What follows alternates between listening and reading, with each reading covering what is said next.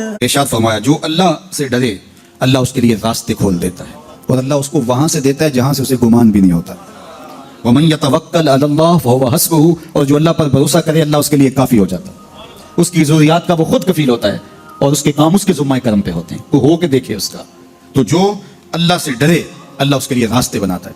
حضرت عوف بن مالک رضی اللہ تعالی عنہ الاشجعی حضور کی خدمت میں حاضر ہوئے اور عرض گزار ہوئے کہ میرا بیٹا سالم مشرکین کی قید میں ہے اور میں فاقوں کی حالت میں ہوں. تو فرمایا آل محمد کے پاس ایک سیر جو ہیں بس، اس کے علاوہ ہمارے پاس بھی کھانے کے لیے دنیاوی اسباب نہیں ہیں.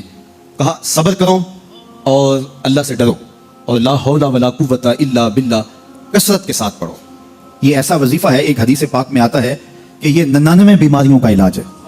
اس میں سب سے کم درجے کی بیماری ہم اور غم ہے. یہ دکھوں کا مداوع ہے، مشکلات کا علاج ہے، اور یہ وظیفہ میرے حضور نے بتایا. حضرت ابو ذر غفاری رضی اللہ تعالیٰ عنہ کو حضور نے 5 چیزیں بتائی تھی. ان میں سے 5ویں چیز یہ تھی کہ ابو ذر کثرت کے ساتھ لا حول ولا قوت الا باللہ پڑھا کرو. فرمایا عرش الہی کے نیچے ایک خاص خزانہ ہے، یہ وظیفہ وہاں سے آیا ہے. یہ زندگی میں معمول بنا لو، جب پھنس جاؤ مشکلات میں آ جاؤ تو لا حول ولا قوت الا باللہ پڑھو، اللہ راستے کھولے گا. تو حضور نے 3 چیزیں فرمائی، اللہ سے ڈرو، صبر کرو اور کثرت کے ساتھ لا حول ولا قوت الا باللہ پڑھو.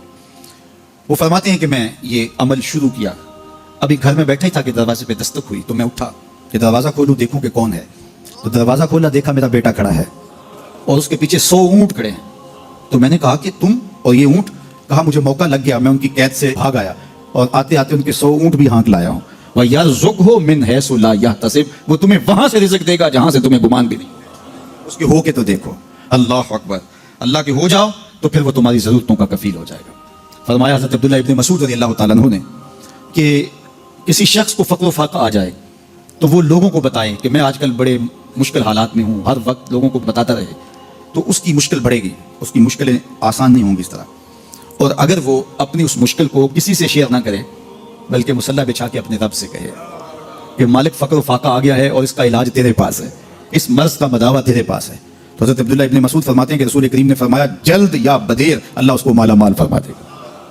یہ بھی کبھی کر کے دیکھو، مشکل آ جائے، فاقہ آ جائے، مصیبت آ جائے، کسی سے نہ کہو، صرف اپنے رب سے کہو، پھر دیکھنا اس کی کرم نوازیوں کا می کیسے برستا ہے. فرمایا اللہ پر بھروسہ کرنے کا جو حق ہے اگر وہ تم ادا کر دو وہ تمہیں ایسے رزق عطا کرے جیسے پرندوں کو عطا کرتا ہے.